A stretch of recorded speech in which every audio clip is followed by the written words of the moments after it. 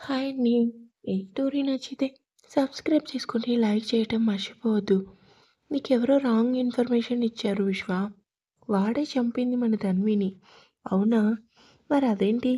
నాకు సీతకి ఒక పెద్ద వయసు ఉన్నవాడు వయసులో ఉన్న అమ్మాయి చంపారని తెలిసింది అని విశ్వ అనగానే ప్రసాద్ షాక్ అయ్యాడు. ఏంటి ప్రసాద్ షాక్ అవుతున్నావు? అవును, నాకు తెలిసిన నిజం ఇదే. వాళ్ళెవరో కాదు, నా ఎదురుగా ఉన్నవాడు దున్నపోతు, ఆ దున్నపోతు కూతురు పూజ అంటూ కోపంగా ప్రసాద్ షర్ట్ కాలర్ పట్టుకున్నాడు విశ్వ. విశ్వ చేసిన పనికి ప్రసాద్ షాక్గా చూశాడు. విశ్వ, ఏం మాట్లాడుతున్నావు? నిజం, నిజం మాట్లాడుతున్నాను. ఏ షాక్ అయ్యావా? విశ్వ, ఎంత నమ్మాను కానీ ఇంత మోసం చేస్తావని అనుకోలేదు. మిత్రద్రోహి, నేను ప్రేమించిన అమ్మాయిని నాకు కాకుండా చేశావు. తన్విని భూమి మీద లేకుండా చేశావు. డబ్బు కోసం ఎంత నిజానికైనా దిగజారుతావా? నిన్ను అంటూ విశ్వప్రసాద్ గొంతు పట్టుకుని తడపడుతుంటే అప్పుడే లోపలికి వచ్చారు వందన, వివేక్. విశ్వప్రసాద్ని అలా చూడగానే వందన కంగారుగా ముందుకొచ్చింది. విశ్వ, ఏం చేస్తున్నావు? వదులు, వీడిని ఇప్పుడే చంపేయాలి, లేదంటే నా కోపం తగ్గదు. ఎంత ధైర్యం వీడికి! మన వెనకే ఉంటూ మనకి తెలియకుండానే ఎంత కుట్ర చేసిన వీడిని ముక్కలు ముక్కలుగా నరికేసిన పాపం లేదు అంటూ విశ్వ కోపంతో ఊగిపోతుంటే వందన భయంగా చూసింది. నిజం ఇంకా అందరికీ తెలియడంతో ప్రసాద్ ఇంక నటించే మాస్క్ పక్కన పెట్టి తన ఒరిజినల్ మాస్క్ బయట పెట్టాడు. చంపు, నువ్వు చంపితే చూస్తూ ఊరుకోవటానికి నేనేం తింగర వెదవని కాదు. ప్రసాద్ తలుచుకున్నాడంటే ఏదైనా చేయగలడు, ఎంత దూరమైనా వెళ్ళగలడు అని పౌరుషంగా విశ్వ కాలర్ పట్టుకోగానే వందన కోపంగా చూసింది. చాచిపెట్టి ప్రసాద్ చెంపపై కొట్టి విసురుగా వెనక్కి నెట్టింది. ఎంత ధైర్యం ఉంటే విశ్వ కాలర్ పట్టుకుంటావు? చంపేస్తాను. చేసిన తప్పులు సరిపోలేదా?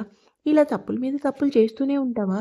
అవును, ఎందుకు చేయను, చేస్తాను. ఎవరి కోసం? ఎవరి కోసం చేస్తాను?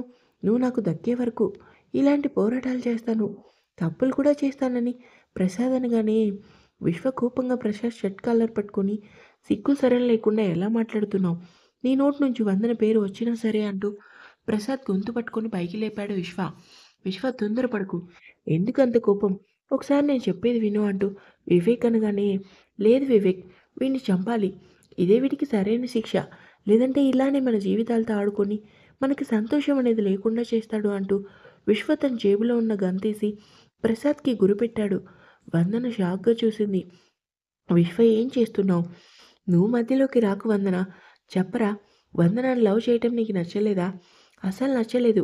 విశ్వ ఇప్పుడు గన్ గురిపెట్టి ఇలాంటి విషయాలు మాట్లాడడం కరెక్ట్ కాదు. చంపాలనుకుంటే చంపేయ్.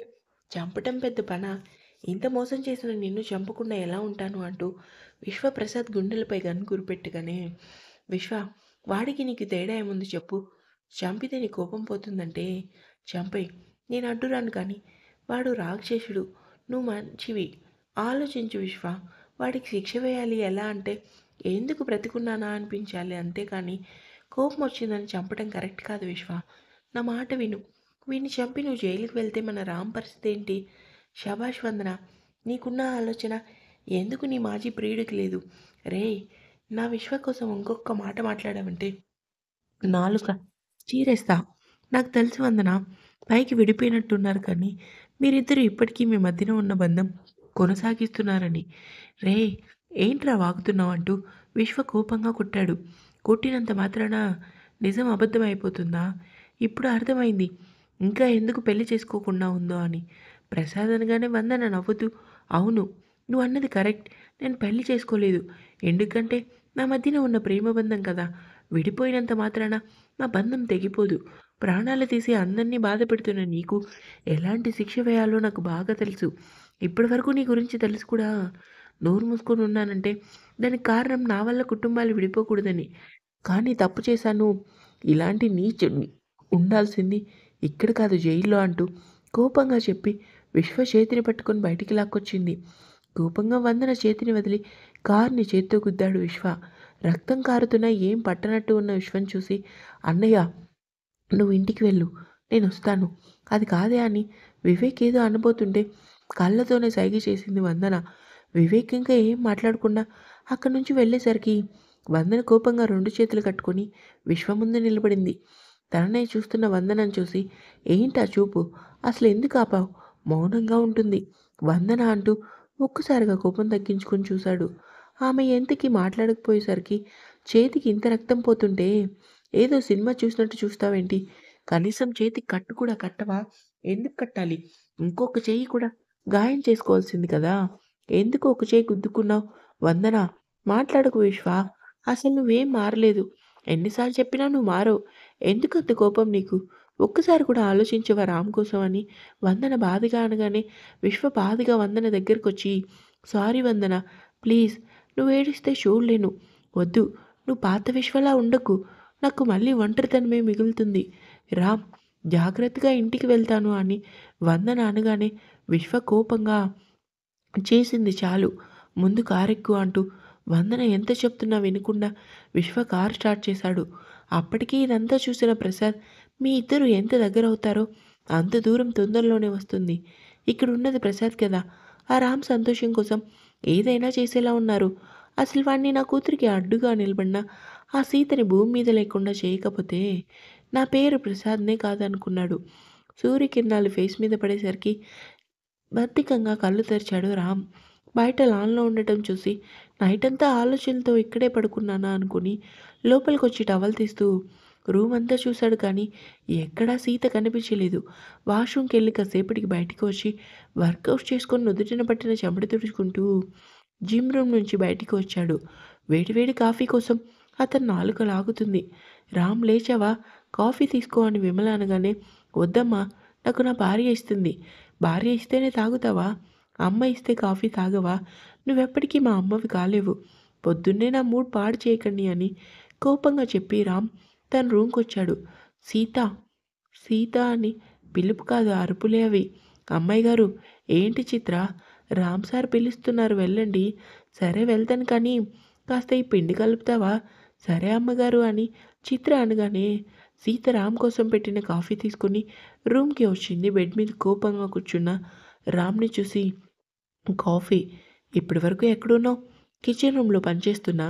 పిలిస్తే వినిపించలేదా? అయినా లేవగానే కాఫీ ఇవ్వాలని తెలీదా? గట్టిగానే అరిచాడు రామ్.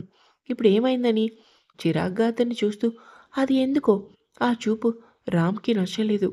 పైగా పొద్దున్నే విమల చికాకు పెట్టడం గుర్తొచ్చి సీత చేతిలో ఉన్న కాఫీ కప్ తీసుకొని నేలకేసి కొట్టి, ముందు నా పనులయ్యాకే మిగిలిన పనులు చూసుకో, లేదంటే చంపేస్తావా? అవసరమైతే అదే చేస్తాను, అర్థమైందా? ఇప్పుడు ఏమైందని పైకి కోపం లోపల భయంతో అడిగింది.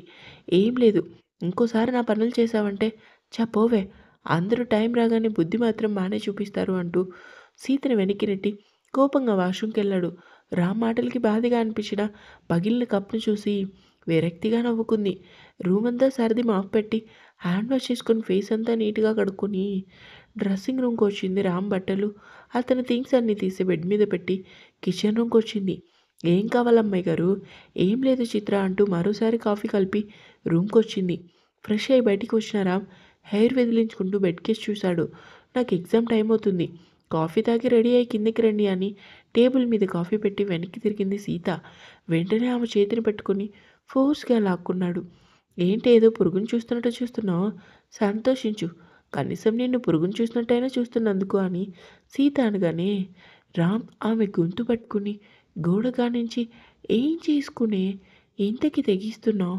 నా చేతుల్లో చావు చూడాలని అంత ఉబలాటంగా ఉందా అంటాడు.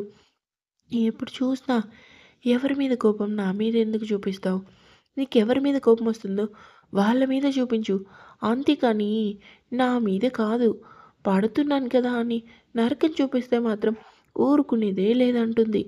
ఏంటే రెచ్చిపోతున్నావంటూ గొంతు గట్టిగా పట్టుకునేసరికి రామ్‌ని వెనక్కి నెట్టి, ఏంటి రాక్షసుడి కన్నా దారుణంగా తయారవుతున్నావు? ఉన్నమాటంటే ఎవరికైనా కోపం వస్తుందంటారు. అది నిజమే అన్నమాట. ఏయ్! పోవే బయటికి. పోతాను. ఇల్లు వదిలిపోయే టైం దగ్గరకొచ్చింది కదా! నువ్వు గుర్తు చేయాల్సిన అవసరం లేదు. పోతాను అంటుంది. నువ్వు నా ఇల్లు వదిలి ఎక్కడికి పోతావు? నన్ను కాదని వెళ్ళాక నీ బ్రతుకు ఒంటరి బ్రతికే.